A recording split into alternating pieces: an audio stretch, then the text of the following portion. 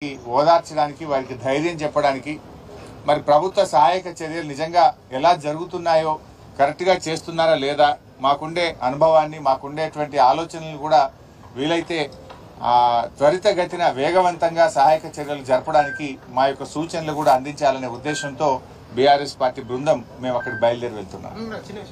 ముఖ్యమంత్రి ఢిల్లీలో కూడా చర్చ చేస్తూ గత 10 నెలల్లో బీఆర్ఎస్ ఎస్ఎల్బీసీ పట్టించుకోలేదు కాబట్టి అది కూలిపోయిందని అంటున్నారు. రేవంత్ రెడ్డికి నిజాలు మాట్లాడు ఆయన జీవితంలో రాదు. అందుకే ఆయన పేరు యనుమల రేవంత్ రెడ్డి కాదు, ఎగవేతల రేవంత్ రెడ్డి, అబద్ధాల రేవంత్ రెడ్డి అని పేరు పెట్టినాం మేము. ఎందుకు? ఇచ్చిన హామీలను ఎగబెట్టింది కనుక ఎగవేతల రేవంత్ రెడ్డి, నోరిప్పితే అబద్ధాలు తప్ప నిజాలు మాట్లాడాడు కనుక అబద్ధాల రేవంత్ రెడ్డి ఆయన. ఇవాళ ఈ ప్రాజెక్టు 9 ఏళ్ల కాంగ్రెస్ హయాంలో ఎస్ఎల్బీసీ ప్రాజెక్టులో 3,300 కోట్ల రూపాయలు ఖర్చు పెడితే 9 ఏళ్ల బీఆర్ఎస్ హయాంలో 3,900 కోట్ల రూపాయలు ఖర్చు పెట్టాం. అంటే కాంగ్రెస్ హయాం కంటే 600 కోట్ల రూపాయలు బీఆర్ఎస్ ప్రభుత్వం ఎక్కువగా ఖర్చు పెట్టింది. మాకు 2 సంవత్సరాలు కరోనా వచ్చి ఉత్తర భారతదేశం నుంచి వచ్చిన కూలీలందరూ కూడా వాళ్ళు వాపసు వెళ్ళిపోయారు. చాలామంది కూలీలు కరోనా సమయంలో వెళ్ళిపోయి పనులు ఆగిపోయినాయి. అంటే 2 వరుస కరోనా సంవత్సరాలు వచ్చినా కూడా కాంగ్రెస్ హయాం కంటే బీఆర్ఎస్ హయాంలోనే 600 కోట్ల రూపాయల పనులు అదనంగా జరిగాయి. ఈ ప్రాజెక్టులో 2 సొరంగాలు, 2 బ్యాలెన్సింగ్ రిజర్వాయర్లు ఉన్నాయి. ఆ 2 బ్యాలెన్సింగ్ రిజర్వాయర్లలో ఏదైతే నక్కలగండి, దాన్నే దిండి కూడా పేరు పెట్టారు, దిండి బ్యాలెన్సింగ్ రిజర్వాయర్ అంటాం. దాంట్లో అది 7.5 టీఎంసీల నీటి సామర్థ్యం కలిగినటువంటి రిజర్వాయర్. భూసేకరణ చేసి R&R చేసి దాదాపు 95% పనులు దిండి బ్యాలెన్సింగ్ రిజర్వాయర్లో పూర్తి చేశాం. పెళ్లిపాకల రిజర్వాయర్లో కూడా దాదాపు 50% వరకు పనులు పూర్తి చేశాం.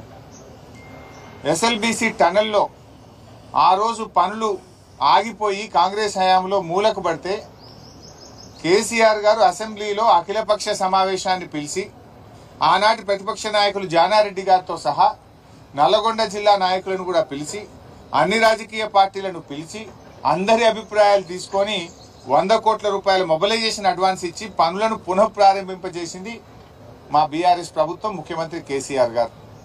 అయితే మేము చేయాల్సిన ప్రయత్నం చేసినాం. లోపలికి వెళ్ళిన తర్వాత వాటర్ సీపేజ్ పెరిగింది. 2 సార్లు బేరింగ్లు ఫెయిల్ అయిపోయినాయి. అమెరికా నుంచి స్పేర్ పార్ట్స్ తెచ్చి టెక్నీషియన్స్ తెప్పించి దాన్ని మరమ్మతు చేపించి కూడా మేము పనులు ముందుకు తీసుకుపోయాం. బీఆర్ఎస్ హయాంలో 13 కిలోమీటర్లు టనల్ పనులు మేము పూర్తి చేశాం. అంటే అంత బాగా మా హయాంలో పనులు జరిగినాయి. అటు రిజర్వాయర్లు చేసినాం, 13 కిలోమీటర్ల టనల్ చేసినాం. నేను అడుగుతున్నా రేవంత్ రెడ్డిని, నువ్వు 15 నెలలు అయింది గవర్నమెంట్ వచ్చి, 15 మీటర్లు తవ్వినావు? నీ 15 నెలల్లో 15 మీటర్లను తవ్వినవా ఎస్ఎల్బీసీ సొరంగం అని అడుగుతున్నా నేను. ఎవరు పని చేయండి? మేము 13 కిలోమీటర్లు తవ్వినాం. కానీ రేవంత్ రెడ్డి 15 నెలల పాలనలో ఎస్ఎల్బీసీ సొరంగంలో 15 మీటర్ల పని కూడా జరగలే. 15 తట్టల మట్టి కూడా ఎత్తలే. నువ్వా మాట్లాడేది? ఇవాళ మేము కాళేశ్వరంలో 203 కిలోమీటర్ల టనల్ తవ్వాం. పాలమూరు ఎత్తిపోతల పథకంలో 100 కిలోమీటర్ల టనల్ తవ్వాం. మేం పనులు చేసి చూపించాం. ఎస్ఎల్బీసీ సొరంగంలో కూడా 13 కిలోమీటర్లు తవ్వాం. 3,900 కోట్ల రూపాయల పనులు బీఆర్ఎస్ ప్రభుత్వం చేసింది.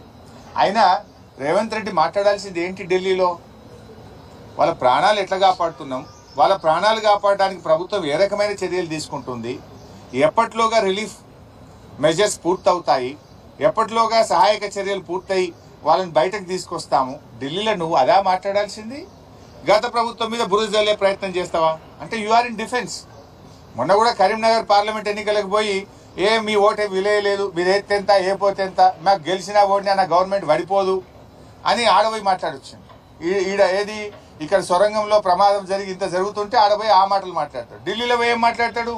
ప్రధానమంత్రినో అక్కడ ఇంకెవరైనా కలిసినాక మేము ఎస్ఎల్బీసీలో ఇంకా టీమ్స్ పంపమన్నాము, ఎక్స్పర్ట్స్ని పంపమన్నాము, తొందరగా పనిచేయడానికి సహకరించమన్నాము, వీళ్ళని కాపాడాలని మాట్లాడతావా? నువ్వు గత ప్రభుత్వం మీద బురద జల్లుతావా? అంటే what it shows? You are in defence. నువ్వు తప్పు చేసినావు, నీ ప్రభుత్వం ఫెయిల్ అయిపోయింది, నీ చేతగానితనం వల్ల, నీ ప్రభుత్వ వైఫల్యం వల్ల ఇవాళ 8 మంది ప్రాణాలు గాల్లో ఉన్న పరిస్థితి ఉన్నది. నీ ప్రభుత్వ వైఫల్యం స్పష్టంగా కనబడుతుంది కనుక దాని నుంచి బయటపడడం కోసం రేవంత్ రెడ్డి గారు గత ప్రభుత్వం మీద బురద జల్లే ప్రయత్నం. పోనీ అందులో నిజాలున్నాయా?